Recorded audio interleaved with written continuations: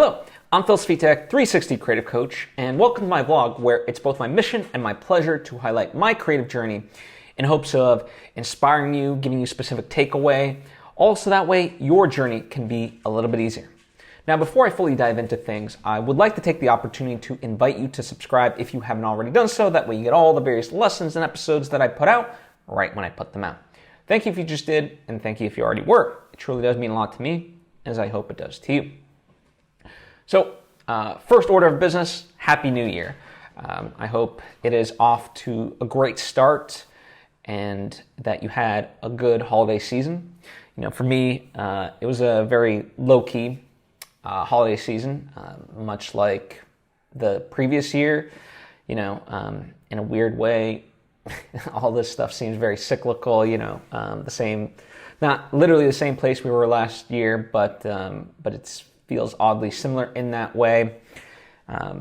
Except this time around, a lot more of the people that I know have contracted COVID. And I don't mean to make it about that. Just kind of noting it and saying stay safe in the ways that you can. For me, I have my booster scheduled for this Friday, so I will be getting that. I'm in a way, like with my first one, I kind of just went and did it. And this one, not like mindlessly, not in that way, but in the sense that it wasn't pre-scheduled, right? And for me, I have nothing against the vaccine. It's more, I just hate shots. And so knowing that there's going to be, a couple of days, like the anticipation of it, I hate that. But it's a lot better, than just walking in and, potentially, not being able to get it that day or whatever. So anyway, that's what I have to look forward to on Friday of this week. Anyway, with the new year comes new goals, new aspirations, new ways we want to present ourselves, right? New year, new you type of thing, right?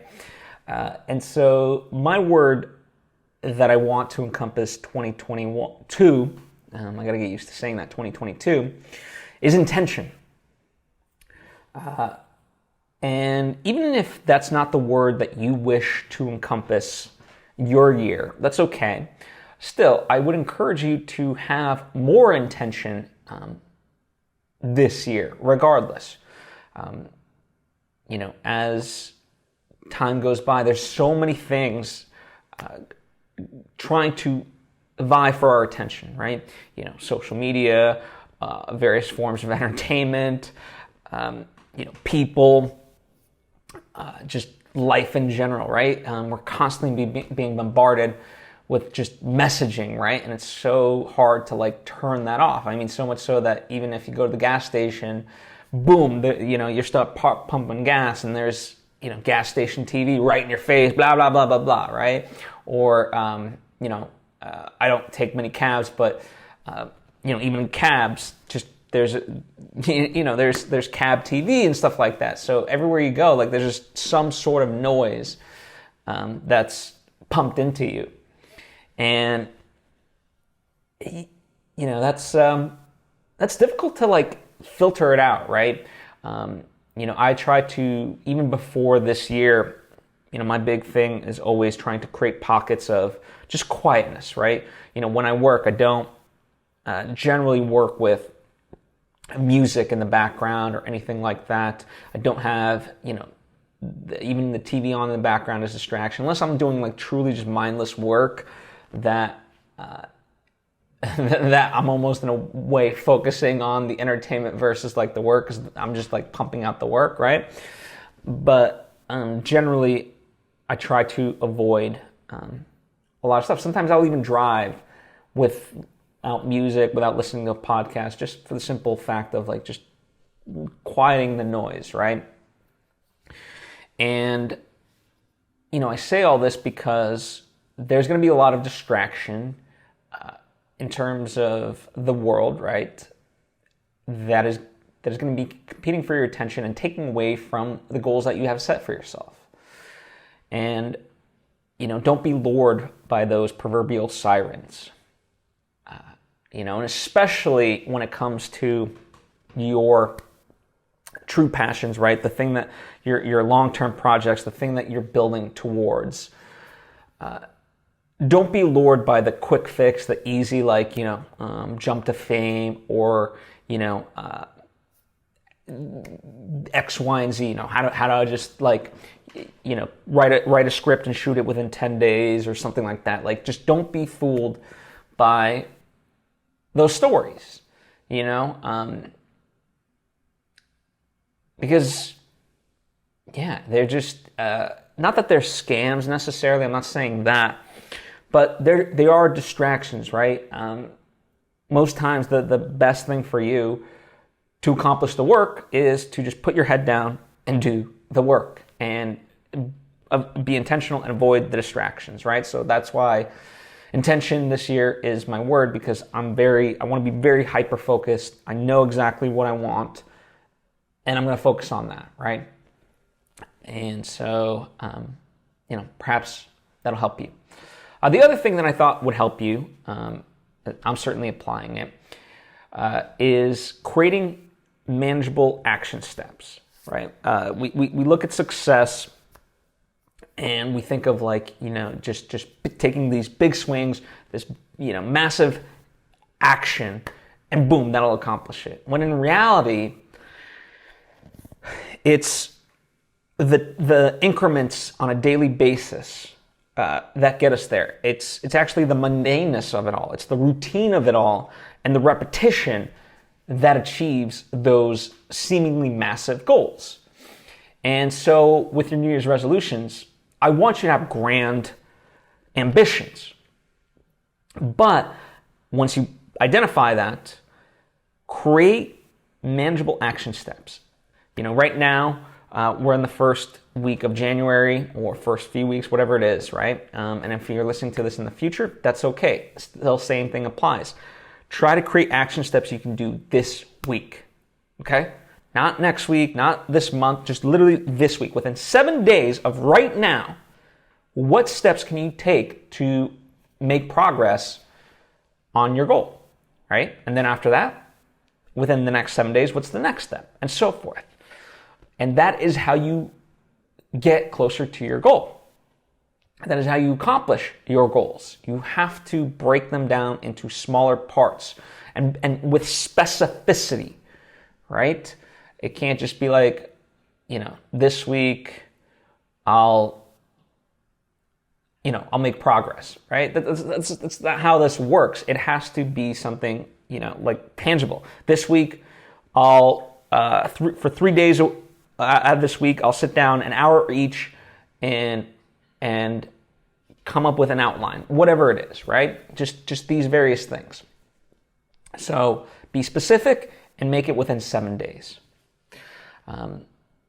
So hopefully that helps you in terms of moving forward within the new year, and just life in general. For me, the things that I've been working on behind the scenes, is I finally finished syncing the footage for my feature film, which is, by the way, for those seeing on video, that's why I'm wearing this t-shirt that says it's Colombia, not Colombia. For those unfamiliar, I filmed a feature film in Colombia in 2021, and now we're editing it, right? A feature film, and yeah, it's exciting to finally be at the phase of, this, right? So that was months of pre-planning, weeks of shooting, and then finally, now we're here. We're at this stage, and if you've been listening to my past episodes, syncing took a bit of a process. There was just a lot of footage, a lot of things to organize, and it was good because it made me familiar with the footage and so forth. And so now I'm able to edit pretty fast. For me, what I like to do is I like to break up the film into it's an old school term, but reels, right? But back in the day when you had actual physical film reels, you couldn't put a full film onto one reel. You have to break it up into multiple reels. And in terms of editing, I still like to do that, so about every 20 pages is a new reel in terms of the script. And that's because I don't like my project files to be big, right? So if I was editing the entire movie in one project file, it would be a massive project file.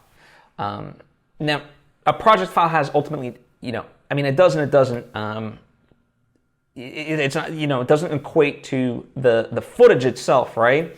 But it equates to the amount of data, right? The amount of edit points, effects, things in a bin, right? All these things factor into the file size of that, right? And now I know I'm getting a little bit technical, especially for those not in the video editing space. But all in all, it's just, it's a good habit to try to keep project files in general not as big, so they're a little bit more manageable. You can think of it this as with a book, right? If you have like a 500-page book, keep one master file of it where everything like gets compiled into. But if you're just kind of working on it as a whole, the various parts, like break it up, right? Think of it like I generally use Google Docs when I collaborate on documents. And, when you have a really long document that takes a long time to load, and it can crash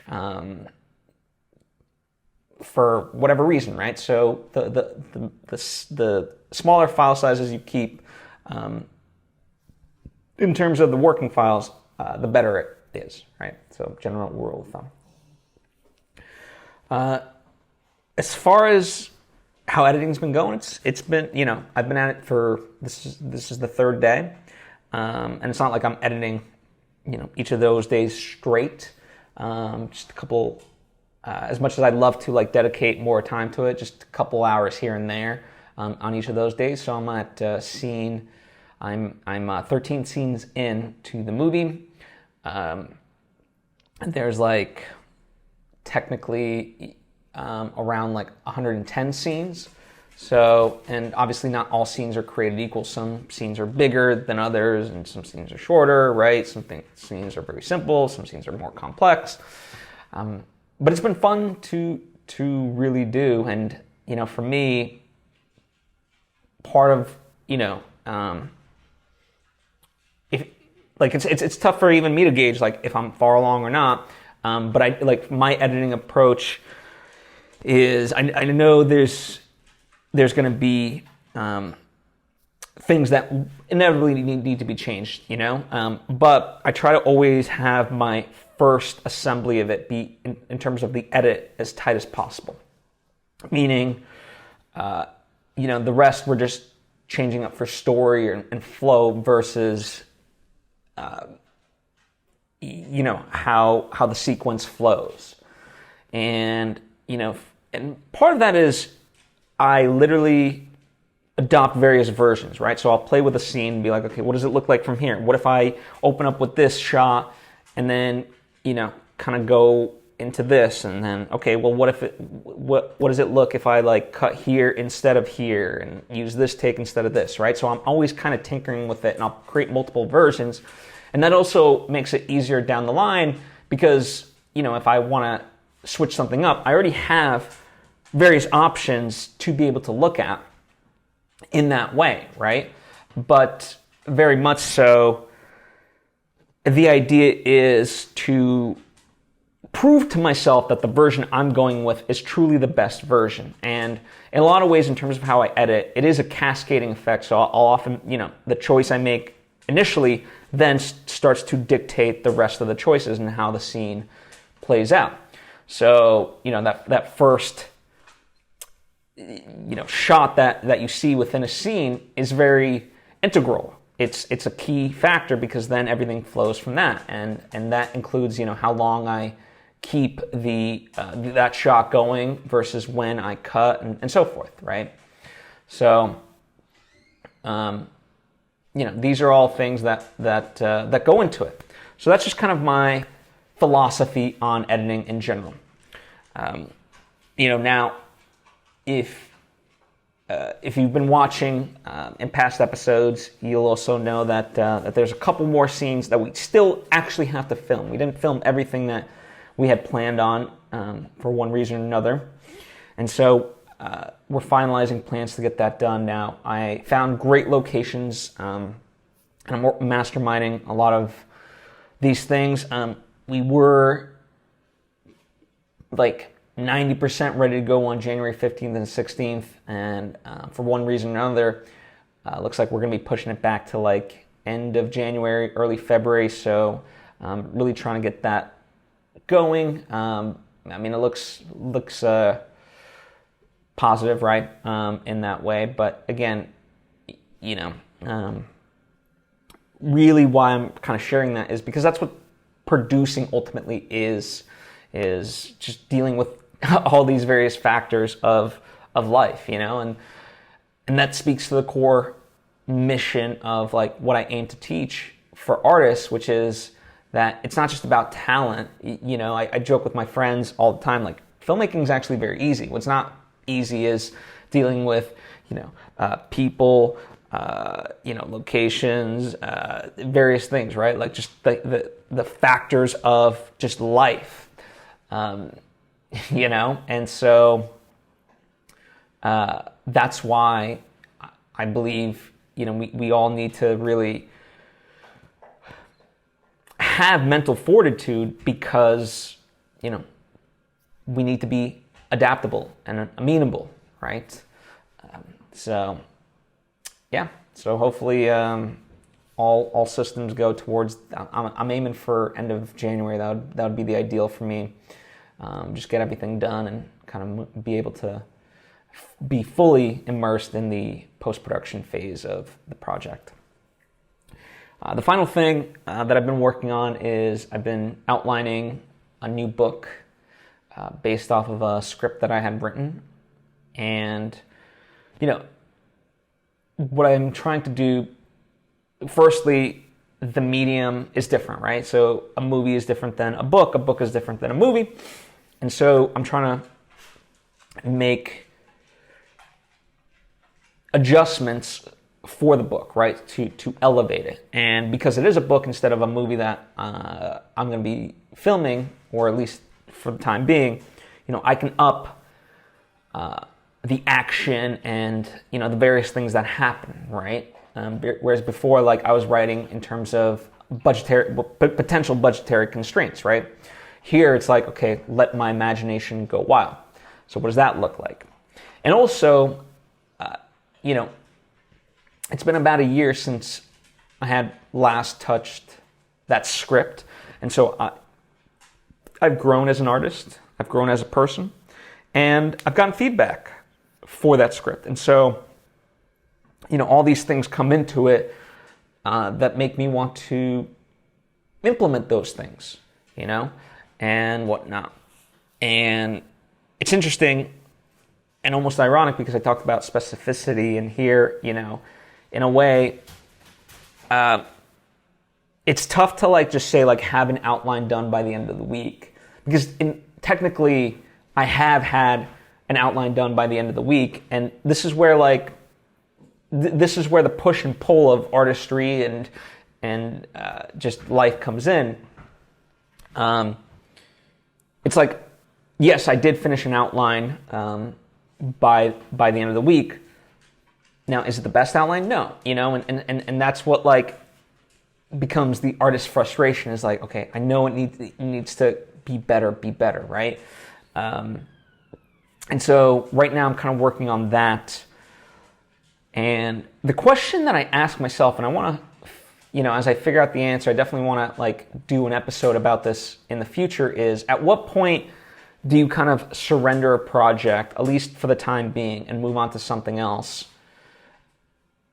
Versus like, are you just giving up? Like, is it smarter to move on to something else because this seems like, you know, you're just beating a dead horse, or no? And I don't think I'm at that phase yet. I think there's still, like, I think there's just, you know, certain blocks for me that have prevented me from the breakthroughs in terms of the story that I would like. And so I think there's more there versus like, you know what, this just isn't a viable story, right? I don't think it's that at all.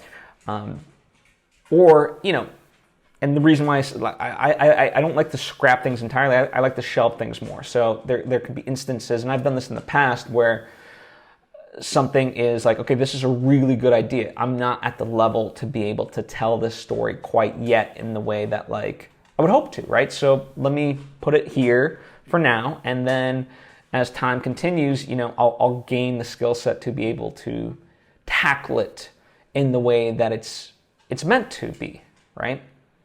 So I think that's an interesting aspect, but I think in general, again, when we talk about distractions and having intention, you know, this gnawing sense that there's an easier story that I could be telling, right? Because there's another idea that I have that's shelved that I know is going to be fun to really work on.